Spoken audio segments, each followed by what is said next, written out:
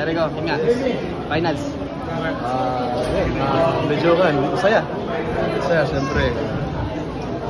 Andito na naman tayo ngayon sa finals. So, alam naman natin kung gaano kahirap pumasok ng finals eh. So, kailangan namin kayo na talo na kami. Yan, yung luck pumunta sa side namin. Yan ang binigay sa amin yung panalo.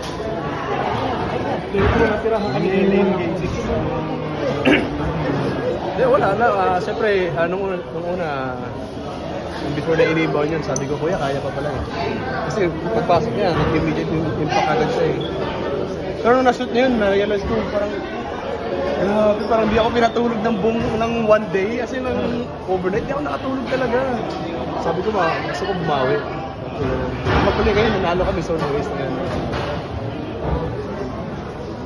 Yun lang si Christmas sa Vintage.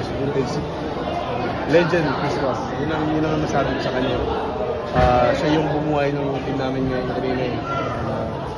Nagsimula sa depensa niya eh. Kaya yun, sumunod na lang kami sa kanya.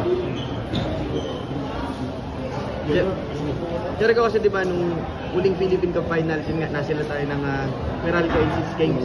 How do you like yung prospect lang ngayon of bouncing back against GNT? Para sa amin kasi, masakit sa amin yun eh. Kasi parang ilang years na rin yung straight yung nag-champion yung San Miguel. So ngayong bagong kalaban namin, which is MVP group din, Rock and Tex, pag-iigihan namin, pagbubutihan namin,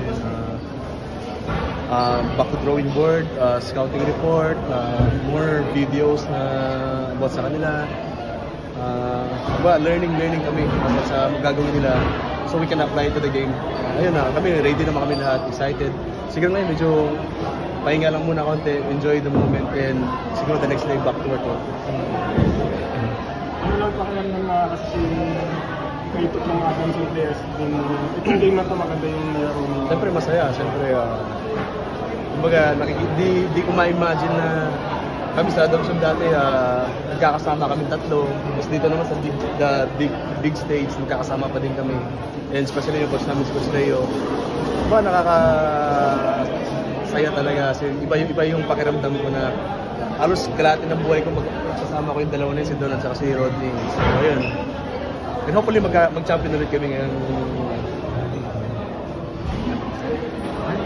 Thank you.